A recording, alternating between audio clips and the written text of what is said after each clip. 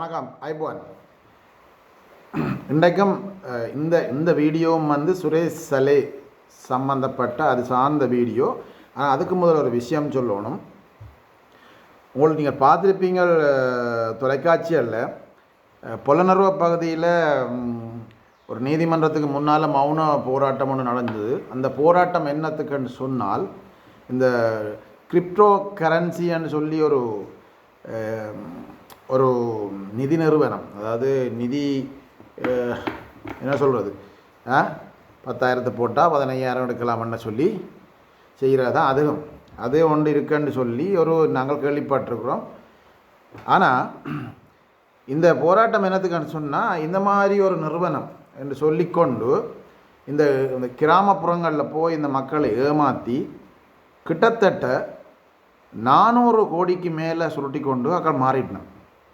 இப்போ இதில் முதலீடு செய்த ஆக்கள் நீதிமன்றத்தில் அந்த வழக்கு வந்த நேரம் அந்த அன்றைக்கு அந்த நீதிமன்றத்துக்கு முன்னால் மௌன போராட்டம் நடத்தினோம். இதுக்கு இதில் ஜனாதிபதி இந்த கவனத்தை ஈர்க்கிறதுக்குன்னு சொல்லினோம். அதில் ஒரு அம்மா சொல்கிறா, 10 லட்சம் பேங்கில் எடுத்தாங்களாம். பேங்கில் லோன் எடுத்து கையில் இருந்த 50,000 போட்டு 10.5 லட்சம் அந்த நிறுவனத்திட்ட தாங்கள் ஒரு ஆப்பில் தான் அவங்க இன்வெஸ்ட் பண்ணிக்கிறாங்க. இந்த மாதிரி எங்களுக்கு ஆயிரக்கணக்கான எஸ்எம்எஸ் ஒன்று இருக்குது. உங்களுக்கு தெரியும், எல்லாருக்கும் வரும் இந்த எஸ்எம்எஸ். ஆனால் எங்களுக்கு தெரியும் இது மோசடிக்காரன்னு தெரிஞ்சு நாங்கள் அந்த எஸ்எம்எஸ் எல்லாம் தட்டி விட்டு இருந்துருவோம். ஆனால் இவங்களுக்கும் அது போய் ஒரு எஸ்எம்எஸ் அதன் மூலம் போய் தான் இந்த ஆப் ஒன்று இருக்குன்னு சொல்லி இந்த தொடர்புகளுக்கு போயிருக்கிறாங்க. அப்போ இந்த அம்மாவை ஜாயின் பண்ணது பாடசாலைக்கு போய்க்கல பிள்ளைகளை கூட்டிக்கொண்டு அந்த பாடசாலைக்கு இன்னும் ஒரு அம்மா தான் சொல்லியிருக்கிறா, சகோதரி சொல்லியிருக்கிறா, இதில் நீங்கள் முதலிட்டால் உங்களுக்கு நல்ல வருமானம் பெற நான் தான் இதை கோஆர்டினேட் பண்ணுறேன் இந்த ஏரியாவில்னு சொன்னோன்னே அவன் போய் பேங்கில் லோன் எடுத்து இந்த காசை கொண்டு இன்வெஸ்ட் பண்ணிக்கிறேன். இப்போ என்னெண்டா இதால் இது இன்னொரு அம்மா சொல்கிறா, 20 லட்சம் தான் இன்வெஸ்ட் பண்ணிக்கிறேன், தன்னை நகைகள் எல்லாத்தையும் விற்று இருந்து சொல்லி புலனர்வ பகுதியில் இது இன்றைக்கு நேரில் இதுக்கு முதலும் பல சம்பவங்கள் நடந்திருக்கு. இது நாடு புலனர்வு மட்டும் இல்லை, இது முழு நாடு முழுக்க சிங்கள தமிழ் முஸ்லீம் மக்கள் எல்லாரும் இதில் அம்பிட்டுருக்காங்க. ஆனால் நிறைய பேர் வெளியில் இதை சொல்கிறேன்னு சொன்னால் அரசியல்வாதிகள், பெரும்பாலும் அரசியல்வாதிகள் நிறைய பேர் இதில் முதலீடு செஞ்சுக்காங்க இந்த மாதிரி கேஸ்லன்னா. அரசியல்வாதிகள்னு சொன்னோன்னா பெரிய புத்திசாலிகள் இல்லையே, அதால் தானே இந்த நாடு இவ்வளோ கேவலமாக போனது. களவெடுக்கிற காசு, அதாவது சட்டவிரோதமாக ஊழல் மோசடி செய்து சம்பாதிக்கிற காசுகளை கொண்டு இந்த மாதிரி தான் முதலீடு செய்கிறது. திருப்பி இந்த மாதிரி அவங்களுக்கும் தெரியும் இது ஊழல் மோசடி செய்த காசுன்னு சொல்லி, அதில் இவங்க கொண்டு செய்யக்க அவங்கள ஒரு பெரிய கம்பெனியாக வந்தோன்றிருக்கல இந்த மாதிரி சாதாரண ஏழை மக்களை ஏமாற்றி காசுகளை வாங்கிடுறது. கடைசியில் எல்லாருக்கும் ஆப்பு வச்சுட்டு ஓடிடுறது. இப்போ இடையில அந்த கிராமங்களில் நான் தான் தரகிறேன்னு சொல்லி நின்றாக்கெல்லாம் இப்போ வழக்கில் மாட்டிக்கணும். இப்போ அவையால் ஒன்றும் செய்யலை, ஏன்னா அவை வாங்கி கொடுத்தா தானே ஒரு சுருட்டிக்கொண்டு ஓடினாங்க வேறே ஆக்க. இப்போ இதில் ஒரு விஷயம் என்னென்னா, இந்த நாடு முழுக்க நிறைய பேர் இதில் மாட்டிக்கணும். ஆனால் வெளியே சொல்கிறதுக்கு அச்சப்படின வேணும். சில பேர் போத வயசில் சம்பாதிச்ச காசு, சில பேர் அரசியல் ஊழல் செய்து சம்பாதிச்ச காசு, சட்டவிரோதமான வியாபாரங்களை சம்பாதிச்ச காசுன்னு சொல்லி இருக்குது. ஆனால் அது நேர்மையாக கொண்டு போய் கொடுத்தாக்கள்லாம் இப்போ ரோட்டுக்கு இறங்கி இருக்கணும். இதை விட பெரிய அமௌண்ட்டுகள், கோடிக்கணக்கான அமௌண்ட்டு கொடுத்தாக்கள்லாம் வெளியே வரையிலன்னு சொன்னால் கொண்டு வெக்கம், தங்களோட தொழில் போய் இல்லாமல் போயிடும், சமூகத்தில் நடமாடம் இல்லாமல் போயிடும். இது சம்மந்தமான விசாரணையில் வரும், இந்த காசு எங்கேருந்து வந்து கேட்பாங்க, நிறைய பிரச்சனைகளுக்கு முகங்களுக்கு கொண்டு வரும். அதால் அவை அமைதியாக இருக்கணும். ஒரு சில ஆண்கள், பெரும்பாலான ஆண்கள் என்ன செய்யணும், இது பொம்பளைகள் தான் இந்த டீல் பண்ணிக்கணும். அவையோட போய் கதை கேட்கல, இவையண்ட தனிப்பட்ட வாழ்க்கைகள், அவை நிர்வாணமாக படங்கள் எடுத்து வீடியோக்கள் எடுத்து அவையோட சல்லாவம் இதுகளெல்லாம் அவைய சாட்சியாக வச்சுக்கொண்டு தான் இந்த வலைக்குள்ளே வீழ்த்துறது. அதுக்கு அப்புறம் அந்த காசை கொடுத்து போட்டு கடைசியாக இப்படி ஓடினா பிறகு வெளியாக இருந்து சொல்லிடலாம். என்ன சொன்னால் அவையிட்ட வீடியோ இருக்கும், சாட்சியாக வீடியோக்களை வச்சு கொண்டிருப்பினும் இவைக்கு தெரியும் தாங்கள் என்னென்ன செய்திருக்கிறோம்னு சொல்லி. ஆனபடியாக இந்த வீடியோ நாங்கள் இவைக்கு எதிராக போனால் இந்த வீடியோக்களை வெளியே போடுவேணுமென்ற அச்சத்தில் குடும்பங்கள் இல்லாமல் போயிடும், குடும்பங்கள் போட பிரிஞ்சிடும், சமூகத்தில் தலைகாட்டில் அது வேலை வெட்டி இல்லாமல் போயிடும், தங்களுக்கு சமூகத்துக்கு அந்தஸ்து இல்லாமல் போயிடும்னு சொல்லி இந்த காசு போனால் பரவாயில்லைன்னு பேசாமல் இருந்துடும். ஆனால் அவை ஒரு சமூக விரோதமாக அதாவது சட்டவிரோதமாக சம்பாதிச்ச காசுகளை தான் அதுகள் இருக்கும். நிறைய பேர் இந்த மாதிரியும் மாட்டிக்கணும். பெண்கள் இது இந்த டீலர்ஸ் பெண்களாக இருந்தால் அவையோட போய் சல்லாபம் மட்டும் அந்த மாதிரி மாட்டின கேஸுகளும் இதில் இருக்கு. வெளியே வராயிடும் கடைசி வரைக்குமே பெருந்தொகையெல்லாம் கொடுத்துருப்பிடும். ஆனால் சாதாரணமாக 5 லட்சம் 10 லட்சம் 20 லட்சம் கொடுத்த மக்கள் வந்து உண்மையில் அவங்க சொல்கிற கதையை கேட்டால் வங்கிகளில் போய் கிராமிய வங்கிகளில் போய் கடன் எடுத்து கொண்டு வந்து இதில் போட்டுருக்காங்க. ஏன்னா அதில் கொஞ்சம் வட்டி தான், ஆனால் இதில் வந்து நிறைய வட்டி வரும். இந்த வட்டியை எடுத்து அதில் முதலையும் கட்டி அந்த கடனையும் கட்டிடலாம். அப்போ அதுக்கு பிறகு சும்மா காலுக்கு மேலே காலை ஆட்டிக்கொண்டு கதிரையிலேருந்து சாப்பிட்லாமன்ட்டு நினச்சிக்கிறாங்க போலக்கு. இதுக்கு என்ன பிரச்சனைன்னு சொன்னால், இப்போ வந்து இலங்கையில் உலகம் பூரா நிறைய முக்கியமாக இலங்கையில் நிறைய பேர் என்ன செய்யணும்னா கஷ்டப்பட்டு உழைக்கிறதுக்கு வஞ்சிப்படினோம். இந்த மாதிரி சுமூகமாக டக்காண்டு உழைக்கிறதுக்கு, அதாவது வந்து இலகுவாக இந்த காசை சம்பாதிக்கிறதுக்கு முயற்சி செய்யணும். அதில் தான் இந்த போதவஸ்து வியாபாரிகள் பார்த்தீங்கன்னா தெரியும், நிறைய பெண்கள் இந்த போதவஸ்து ஐஸ் வியாபாரத்தில் ஈடுபட்டிருக்காங்க. அதே போல் 30 வயதுக்கு கீழ்பட்ட இளைஞர்கள் இந்த ஐஸ் வியாபாரத்தில் ஈடுபட்டிருக்காங்கன்னா இலகுவாக பணத்தை சம்பாதிக்கிறதுக்கு யோசிக்கிறாங்களே தவிர கஷ்டப்பட்டு பணத்தை சம்பாதிக்கணும் நாங்கள் முன்னுக்கு வரணும்னா யாரும் யோசிக்கல. அதனால தான் இந்த மாதிரி கொண்டு போய் தங்கள் ஒரு 10 லட்சத்தை 20 லட்சத்தை கடன் எடுத்துக்கொண்டு இந்த மாதிரி கொடுத்துட்டு கடைசியில் கடனும் கட்டையிலாது கட்டையிலாமல் இல்லாமல் இந்த காசும் இல்லை, இந்த கம்பெனியும் இல்லை, ஆப்பும் இல்லை, ஆக்களும் இல்லை.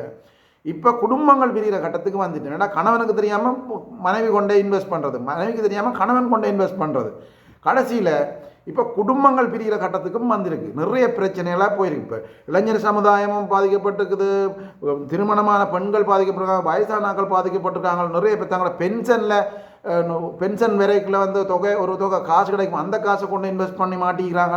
இப்படி பலவிதமான ஆக்கள் இதில் போய் மாட்டிக்கிறாங்க. ஆகவே விழிப்பாக இருக்கணும். இந்த எஸ்எம்எஸ்கள் வேறு அதில் தட்டி விட்டு போட்டுக்கணும். ஏன்னா அவங்க வந்து எங்களை அன்பில் இந்த எஸ்எம்எஸ் எல்லாம் அனுப்புறதில்லை. நீங்கள் 10,000 போட்டால் நாங்கள் 15,000 தருவோம்.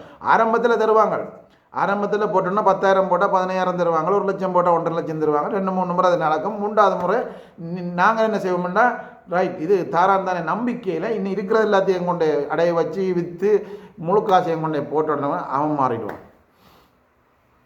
கொம்பனியும் இருக்காது, ஆப்பும் இருக்காது. இப்போ அமாரில் விழுந்திருக்கிறது, கஷ்டத்தில் விழுந்திருக்கிறது, துன்பத்தில் விழுந்திருக்கிறது யாருன்னு பார்த்தா இந்த மாதிரி எளிய மக்கள் தான். அதாவது நடுத்தர வர்க்க மக்கள் தான் கஷ்டத்தில். ஆனால் பெரிய பெரிய தலைகள் இதில் கொண்டு போட்ட தலைகள் வெளியில் தலை காட்டு எல்லாமே இருக்கிறாங்க.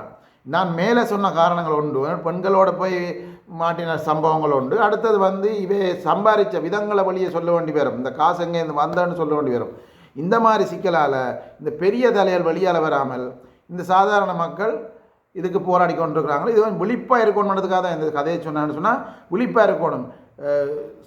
இந்த கரன்சியில் கொண்டே காசை போட்டுட்டு கடைசியில் எங்கள்கிட்ட இருக்கிறதே மலர்ந்து வெளியில் கடனாளியாகவும் போய் குடும்பங்களுக்குள்ள பிரச்சனை வந்து நிம்மதியாக துளைச்சி கடைசியில் என்ன நடக்கும், தற்கொலை செய்கிற நிலைமை தான் பெறும். ஆகவே தான் ஒரு முதலீடு செய்கிறேன்னு சொன்னால் அது இப்போ உங்களுக்கு தெரியும், இலங்கை மத்திய வங்கி வந்து 32 நினைக்கிறேன் 28 32 கம்பெனிகளை வந்து தடை செஞ்சுருக்கு. தடை செஞ்சேன்னு சொல்லி பகிரங்கமாக அறிவிச்சிருக்காங்க, சகல ஊடகங்கள்லையும் அது வந்திருக்கு.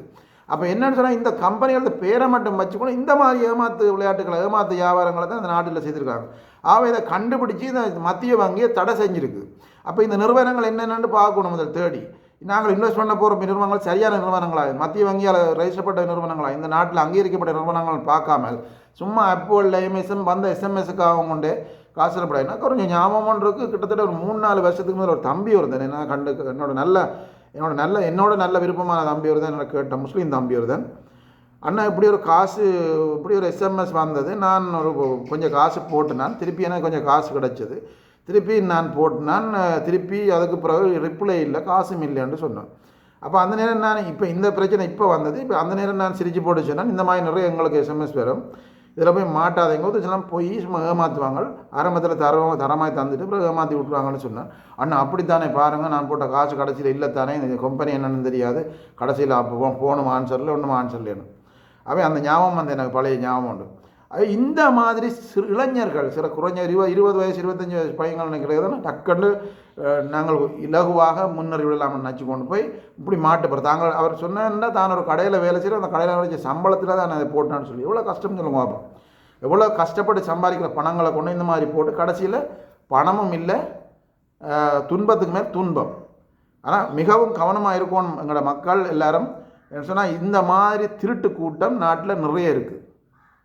அடுத்தது வந்து கோட்டாபய ராஜபக்ச என்ற முன்னாள் ஜனாதிபதி கோட்டாபய ராஜபக்ச என்ற அப்போதைய தனிப்பட்ட செயலாளர் சுதீஸ்வர வண்டாரா வந்து அந்த கிரு டிவியில் ஒளிபரப்பி நான் பார்த்தேன். அவர் வந்து கொய்யோ மொய்யோண்டு கத்துறார். என்னென்னு கேட்டால் இதுக்கு முதல் இத்தனை ஆணைக்குழுக்கள் நியமித்து இதெல்லாம் விசாரித்து ஒரு ஆணைக்குழுவிலையும் கோட்டை சுரேஷ் தலைன்ற பேர் இருக்கையில் இவன் மட்டும் அந்த சானியா பேசுகிற வேணுமண்டே சோடிச்சு கொண்டிருக்கிறார், இது உண்மைக்கு புறம்பான விசாரணை அப்படி இப்படின்னு சொல்லி சுரேஷ் தலைக்கு முட்டு கொடுத்து நிற்கிறார். இவர் வந்து கோட்டாபயன்னு தனிப்பட்ட செயலாளர் இருந்தவர்.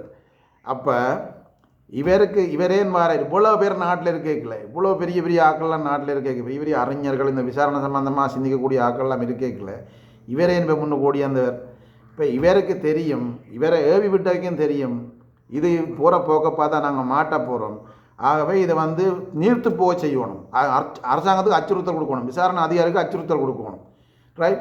இதை இல்லாமல் பண்ணணும், இல்லாமல் பண்ணி இந்த அரசாங்கத்தின் மேலே பொய்யான குற்றச்சாட்டு யுத்தத்தை வெற்றி கொள்றதுக்கு தமிழ்ச்செல்வனை கொள்றதுக்கு சகல தகவல்களையும் கொடுத்த சுரேஷ் சாலை தானு சொல்லி எங்கே கொண்டே முடியும் பாருங்க. எங்கே வந்தாலும் தமிழர்களை அழித்த விஷயத்தில் வந்து கொண்டு இவர் ஒரு தியாகி, இவர் ஒரு நாட்டுப்பற்றாளர், இவர் தேசப்பற்றாளர். அப்போ தமிழ்ச்செல்வனை அழித்ததுக்கு காரணம் இவர் தானு சொன்னால் இப்போ சிங்கள மக்கள் கலந்துருந்துருவாங்க, சுரேஷ் சாலை இந்த விசாரணையை ஒத்தி போட்டுருவாங்கன்னு நினைக்கணும். இப்போ மக்களுக்கு எல்லாம் தெரியும், மக்களுக்கு இப்போ எல்லாம் தெரியும். என்னென்னு சொன்னால் முந்தித்தான் இந்த இலங்கை ஒலிபரப்பு கூட்டுத்தாபனத்திலையும் ரூபானிலையும் சொல்கிறத கேட்டு வாழ்ந்த காலம் முடிஞ்சு. இப்போ பிச்சை எடுக்கிறவன் கையிலையும் மொபைல் ஃபோன் இருக்குது, ரைட். படிக்காதவன் கையிலையும் மொபைல் ஃபோன் இருக்குது. அவங்க பகுத்து ஆராய்ஞ்சு முடிவெடுக்கிற காலத்தில் இப்போ உலகம் முழுக்க இருக்கிறாங்க. அதனால் இந்த உலகத்தில் இப்போ யாருக்குமே ஒன்றுமே செய்யலாமல் பெரிய பெரிய பேலன்ஸ் எல்லாம் அடி வாங்கிறதுக்கான காரணம் அதுதான். ஏன்னா மக்கள் தெளிவாக இருக்கிறாங்க. ஆகவே இப்படி ஓடி அந்த சுரேஷ் சலே தமிழ்ச்செல்வனை கொள்றதுக்கு இவர் தான் காரணமாக இருந்தவர், பயங்கரவாதியை கொள்றதுக்கு காரணமாக இருந்தோம். அப்பேற்பட்ட ஒரு வீரனை இவர் வந்து தேவையில்லாமல் இந்த இதுக்குள்ளே கொண்டு இருக்காங்க. கட்டுவாப்பட்டியை கொண்டு காட்டணும், இவன் தேவை என்ன இருக்குது. சாரான் போய் அந்த மாவனில் சில உடைச்சவர், தர்கா நகரில் பிரச்சனை பண்ணவர், அங்கே பிரச்சனை பண்ணவர். அப்பேற்பட்ட சாரானுக்கு கட்டுவாப்பட்டி தேவாலயத்தை கொண்டு காட்டணுமா, அவர் அவர் அவர் பிடிச்சிருப்பார் தானே. இதெல்லாம் பொய் சோடினே அப்படின்னு நிறைய அதெல்லாம் விவரம் சொல்லணும்னா மனத்தியால கணக்காக சொல்லணும். இப்படி பாடுபட்டு கொண்டு வாரார் தம்பி சுதீஸ்வர பண்டார. சாரான் சம்பந்தமாக இவைக்கு தெரியாமல் இல்லை, இவையெல்லாம் குழந்தை இல்லை. இவை வந்து ஒரு ஆளை காப்பாற்றுறதுக்கு இவன் அந்த ஒரு ஆள் மாட்டி நீதிமன்றத்தில் இது உறுதிப்படுத்தப்பட்டு இதுக்கு குற்றவாளி என்று தண்டனை வருமாக இருந்தால் ஒரு குடும்பம் சார்ந்த ஆக்கள், அவைக்கு பின்னால் நின்ற ஆக்கள் யாருமே இலங்கையில் நீ அரசியல் செய்யலாம் போகும். அதுதான் உண்மை. அதால் தான் இந்த கூட்டத்தை காப்பாற்றுறதுக்கு, இந்த குடும்பத்தை காப்பாற்றுறதுக்கு, அந்த குடும்பத்தில் உள்ள முக்கிய நபரை காப்பாற்றுறதுக்கு இந்த சுதீஸ்வர பண்டார மாதிரி ஆக்கள், கம்மமிலமாய் ஆக்கள், வீரவம்சமாய் ஆக்கள் வந்து துள்ளி பாஞ்சுருக்காங்க. சாணி அபிஷேகரவும் ரவி செனவிரத்னமும் அதிகாரிகளை இருந்து அவை மேலே குற்றவை வந்து தங்களுடைய ராஜகாரிய உத்தியோகத்தை வந்து சரியாக பார்க்கல, அவை மேலே தான் குற்றச்சாட்டு இருக்குன்னு சொல்லி டிஎல்பிஸ் கமிஷனில் சொன்னதாம் சொல்லினோம். சாணியா பேசுகிற சாதாரண ஒரு ஆளாக சிஐடியில் இருந்தவர். இவருக்கு மேலே எத்தனையோ பேர் இருந்து நிலந்த ஜெயவர்த்தனா அதுக்கு மேலே இருந்தவர். அப்போ சீனியர் டிஐஜியா இருந்தது ரவி செனவிரத்னா. அப்போ அவைக்கு மேலே இருந்த ஆக்களிட்ட தான் இந்த தகவல்கள் வந்தது பரிமாறினா. அப்போ நிலந்த ஜெயவர்த்தனுக்கு வந்து தகவல் வந்தால் நிலந்த ஜெயவர்த்தனா அதை வந்து ஜனாதிபதிக்கு பாஸ் பண்ணிக்கணும், பாதுகாப்பு செயலாளருக்கு பாஸ் பண்ணிக்கணும், போலீஸ் மாதிபருக்கு பாஸ் பண்ணிக்கணும். ஒன்றுமே செய்யலை, அவர் மேலே குற்றச்சாட்டு இருக்குது. ஆகவே இதை செய்ய சொல்லாமல் கீழே இருந்த அதிகாரிகள் தங்களுடைய உத்தியோகத்தை சரியாக செய்யலை, அதால் தான் இந்த தாக்குதல் நடந்தான்னு சொல்லி பொய்யான கம்பு சுற்றுறது வந்து இந்த நாட்டு மக்களை ஏற்றுக்கொள்ள மாட்டாங்க. கோட்டாபாயை காப்பாற்றுறதுக்கு என்ன பாடுபடுறாங்களே, எல்லாம் மாட்டுது. எல்லாம் இந்த வலைப்பின்னல், இந்த தர்கா நகர்லேருந்து மாவனல்லையிலேருந்து புதுப்பிலிமில் வந்த புத்தர் சிலையிலேருந்து சகல அம்பாறையில் அந்த போலீஸ் உத்தியோகத்தில் 2 பேரை சுட்டதுலேருந்து சகலதுமே ஒரு வலைப்பின்னல் தான். இந்த வலைப்பின்னல் இப்போ வந்து இப்போ சிக்கி எடுக்கப்பட்டு கொண்டிருக்கு. இந்த சிக்கி எடுத்து வெளியே வரைகளில் ஒரு பெரிய படம் ஒன்று தெரியும். அந்த படத்துக்குரியவரை தான் காப்பாற்றுறதுக்கு இவ்வளோ பாடுபடுறாங்க. ஆகவே தெளிவாக இருக்கணும் மக்கள். என்னென்ன ரூபத்தில் வருவாங்க தெரியுமா அடிக்கிறதுக்கு. நாங்கள் தெளிவாக இருக்கிறோம். அதே நேரம் மக்கள் தெளிவாக இருக்கணும். இந்த விஷயங்களை ஆழமாக கண்ணோக்கி கொண்டு இருக்கணும். ஏன்னா உண்மை வெளியே வர போகுது. அதால் தான் இவ்வளவு பதட்டமும் அவசரமும். நன்றி, வணக்கம்.